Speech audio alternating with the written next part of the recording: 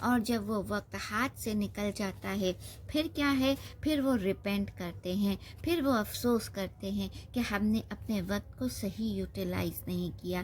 ہاں عزیزان گرامی، اور اگر آج ہم اپنی قوم پر نظر ڈالتے ہیں بہت زیادہ افسوس ہوتا ہے کس بات کا، کہ جس مذہب نے، جس خدا نے ہمیں وقت کی اہمیت سمجھائی، آج ہماری قوم کے بچے اسی وقت کی اہمیت کو نہیں سمجھ رہے۔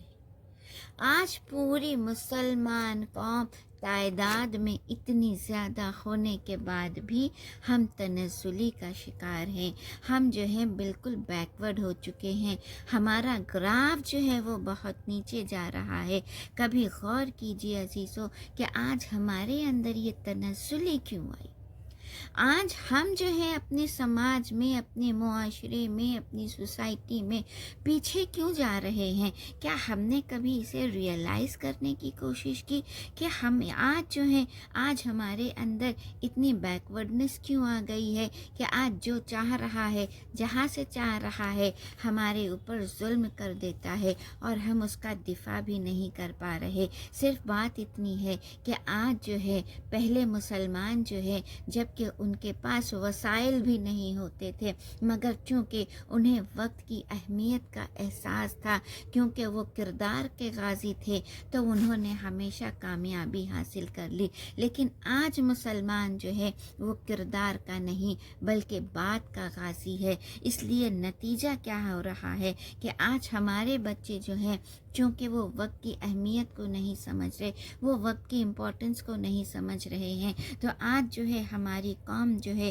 نہ صرف علم کے میدان میں پیچھے جا رہی ہے بلکہ دنیا کے ہر فیلڈ میں اگر آپ دیکھیے گا تو مسلمان جو ہیں وہ پیچھے نظر آ رہے ہیں۔ اور آج دنیا میں اگر آپ دیکھیے، دنیا چاند پر جانے کی گفتگو کر رہی ہے، دنیا مارس پر جانے کی کوشش کر رہی ہے، یعنی ہر پل ہر قوم کے لوگ جو ہیں وہ زیادہ سے زیادہ محنت کر رہے ہیں، علم حاصل کر رہے ہیں تاکہ ہم آگے بڑھ سکیں۔ مگر آج کا ہمارا جوان جو ہے وہ کیا کر رہا ہے؟ آپ کسی مسلم محلے میں جا کر دیکھ لیجئے کہ وہاں کے جوان کیا کر رہے ہیں، آپ کو کیا نظر آئے گا؟ یہ مسلمان بچے جو ہیں ٹک ٹاک بناتے ہوئے نظر آئیں گے، یہ مسلمان بچے جو ہیں ٹہلتے گھومتے ہوئے نظر آئیں گے، یعنی اپنے وقت کو ضائع کر رہے ہیں اور یہ نہیں سمجھ رہے کہ یہ وقت کا ضیاع جو ہے انہیں کتنے پیچھے لے جا رہا ہے،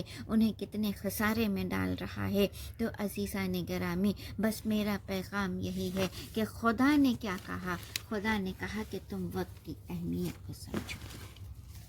خدا نے اپنے بندوں کو یہی پیغام دیا ہے کہ یاد رکھو، تم اس وقت کی اہمیت کو سمجھو، کیونکہ معصوم کا، اور ایک معصوم کا قول بھی بیان کر دوں کہ معصوم کی حدیث میں ایک جملہ ملتا ہے۔ معصوم نے کیا کہا کہ تمہاری زندگی جو ہے وہ صرف 3 دن پر مشتمل ہے۔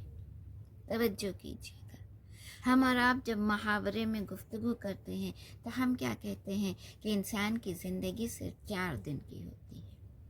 معصوم کہہ رہے ہیں کہ انسان کی زندگی، یعنی یہ جو 60-70 سالہ زندگی ہم گزار رہے ہیں، امام کہتے ہیں کہ تمہاری زندگی صرف اور صرف 3 دن پر مشتمل ہے، یہ 3 دن پر ڈیپینڈ کرتی ہے۔ ایک کیا ہے؟ کہا وہ تمہارا پاسٹ ہے جو گزر گیا، یعنی ایک دن جو تمہارا گزر گیا وہ تمہارا پاسٹ ہو گیا۔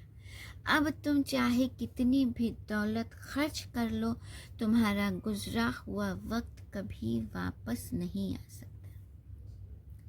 آج وہ بچے کہ جو کبھی چھوٹے تھے وہ بڑے ہو چکے ہیں، جو بڑے تھے وہ بڑھاپے کی طرف جا رہے ہیں، یعنی دھیرے دھیرے یہ وقت بھاگ رہا ہے، وہ سوئی کے کانٹے آگے بڑھتے جا رہے ہیں، اور انسان کی زندگی جو ہے وہ کس طرح ڈسٹریبیوٹیڈ ہے۔ کہا ایک دن وہ ہے کہ جو تمہارا گزر گیا، اور اگر تم نے اسے گنوا دیا تو اب چاہے تم لاکھ دولت خرچ کر لو، تم اس وقت کو حاصل نہیں کر سکتے۔ کہا تمہارا دوسرا دن کون سا ہے؟ کہا جو آنے والا وقت ہے، تمہارا آنے والا کل ہے، تمہارا آنے والا فیوچر، جسے تم نہیں جانتے کہ تمہارے ساتھ فیوچر میں کیا ہونے والا ہے۔ تم اپنے ایک لمحے کی خبر نہیں رکھتے ہو، اور اس چیز کا ہمیں حقیقتاً اندازہ جو ہے وہ 2020 میں ہو چکا ہے عزیزو۔ یاد رکھیے کہ ہم نے کتنی پلاننگ کی تھی اس سال کے شروع ہونے میں، نہ جانے کتنے کتنے بڑے بڑے لوگوں نے منصوبے بنائے تھے، مگر یہ سال جب شروع ہوا آج آپ دیکھیے کہ ہر طرف تباہ کاری ہے، لوگوں کے منصوبے دھرے کے دھرے رہ گئے۔ یعنی ہم اپنے آنے والے فیوچر کے بارے میں کیا، ہم کچھ بھی نہیں جانتے۔ بعض اوقات تو ایسا بھی ہوا کہ لوگ جو ہیں اس پینڈیمک میں گزر گئے، دنیا سے چلے گئے، دنیا سے رخصت ہو گئے، جن کے بارے میں ہمیں اندازہ بھی نہیں تھا، گمان بھی نہیں تھا کہ یہ دنیا سے رخصت ہو جائیں گے۔ یعنی پتہ کیا چلا کہ ہمیں اپنے کل کی بھی خبر نہیں۔ اب غور کیجئے، ایک وقت وہ ہے جو آپ کا گزر چکا ہے، ایک آنے والا وقت جس کے بارے میں آپ جانتے نہیں ہیں، اور تیسرا دن جو ہے وہ کون سا ہے؟ کہا وہ آپ کا پریزنٹ، وہ آپ کا آج کا دن، وہ آپ کا حال ہے کہ جسے اگر آپ صحیح طریقے سے یوٹیلائز کر لیں تبھی آپ کامیابی کی منزل کو طے کر سکتے ہیں۔ بس عزیزان گرامی، ذکر کو کنکلوژن کی طرف لاتے ہوئے انشاءاللہ اگلے ایپیسوڈ میں خسارے پر ذکر کروں گی، لیکن آج ایک مختصر سا پیغام اپنے بچوں کے نام، قوم کے بچوں کے نام، کہ وہ بچے جو آج تعلیم حاصل کر رہے ہیں، وہ بچے جو ہمارا سرمایہ ہیں، وہ بچے کے جو ہمارا آنے والا فیوچر ہے، میں ان کے لیے پیغام دینا چاہوں گی کہ اگر آپ اسٹوڈنٹس ہیں، آپ اسٹڈیز کر رہے ہیں، تو یاد رکھیے کہ اپنے وقت کو مینج کرنا سیکھیے، اپنے وقت کی اہمیت کو سمجھیے۔ یاد رکھیے اپنی اسٹڈیز کو اس لاک ڈاؤن میں جب کہ آپ کو کچھ نہیں کرنا ہے، اپنی اسٹڈیز کو بہت سیریسلی لیں اور اپنے فیوچر کو ڈیولپ کرنے کی کوشش کریں، اپنے پریزنٹ کو اتنے اچھی طریقے سے یوٹیلائز کریں کہ آپ کا آنے والا فیوچر جو ہے وہ شاندار ہو جائے، کیونکہ اگر آپ سکسیزفل ہوں گے تو یہ کامیابی آپ کی تنہا کامیابی نہیں ہوگی بلکہ ہمارے قوم کی کامیابی ہوگی۔ اگر ہر انڈیویجول انسان، ہر انسان یہ سوچ لے کہ ہمیں اور آپ کو اپنے وقت کو صحیح طریقے سے یوٹیلائز کرنا ہے، ہمیں صحیح وقت پر نمازیں پڑھنی ہے، ہمیں صحیح صبح کے وقت اٹھنا ہے، کیونکہ اکثر ہم نے دیکھا ہے ہمارے معاشرے میں، خصوصاً ہم لوگ جو ہیں، زیادہ تر کیا ہوتا ہے آج کے دور میں، ہمارے جوان جو ہیں لیٹ نائٹ موویز دیکھتے ہیں، لیٹ نائٹ پروگرامز دیکھتے ہیں، اپنے وقت کو ضائع کر دیتے ہیں، صبح دیر تک سوتے ہیں، نمازیں بھی قضا کر دیتے ہیں، اذان کی آواز ہوتی رہتی ہے اور ہم بستر پر سوئے رہتے ہیں۔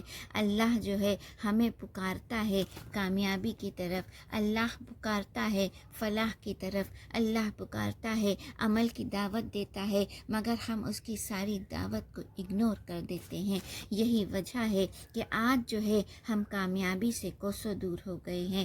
تو بس عزیزان گرامی، ہمارے لیے ضروری ہے کہ ہم اس بات کو ریئلائز کریں کہ اگر ہمیں سکسیزفل ہونا ہے، ہمیں کامیاب ہونا ہے، ہمیں خسارے سے بچنا ہے، تو ہمیں وقت کا صحیح یوٹیلائز کرنا ہے، ہمیں اپنے وقت کو صحیح طور پر استعمال کرنا ہے، کیونکہ اللہ کہہ رہا ہے کہ تم وقت کی اہمیت کو پہچانو، تم اپنے وقت کی اہمیت کو پہچانو، تم اللہ کی بارگاہ میں آ جاؤ کہ تاکہ تم فلاح پانے والوں میں ہو۔ کیونکہ جب قرآن کی آواز آتی ہے، اذان میں آواز کیا کہہ دیتا ہے اللہ، حی علی الفلاح، کہ تم فلاح کی طرف آ جاؤ۔ تم اگر صحیح وقت پر